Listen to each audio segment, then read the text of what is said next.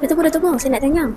Saya ni dah period 3 hari. Tapi hari pertama kedua tu banyak je, hari ketiga dah sikit. Lepas tu bila saya cek UPT, lainnya sama. Adakah saya pregnant dah tunggu? Jadi untuk korang yang ada masalah macam ni, sebenarnya kalau kebiasaan kita, period kita tu lancar lah kan. Dia keluar tu setiap hari tu banyak lah kan, nampak warna merah tu. Normal tu awak, tapi kali ni tiba-tiba dia keluar macam coklat-coklat je, tak macam biasa. Kadang-kadang implantation pun dia boleh jadi keluar coklat-coklat macam tu. Dia tak banyak macam seperti kebiasaannya. Dan awak buat line tu dah ada line 2 tapi samar. Yang ni kemungkinannya adalah implantation. So bila penempelan ni ataupun implantation ni, kita kena rest dulu. Kalau betul-betul kuat, dia akan terus daripada line samar tu akan jadi terang.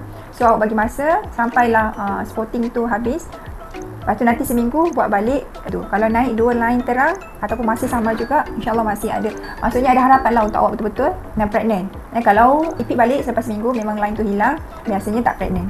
So sekarang ni adalah fasa berjaga-jaga. Kemungkinan awak pregnant tapi 50-50. So jagalah, jaga makan, jaga kesihatan, jangan stres, jangan bawa perut. Cepatlah lekat tu.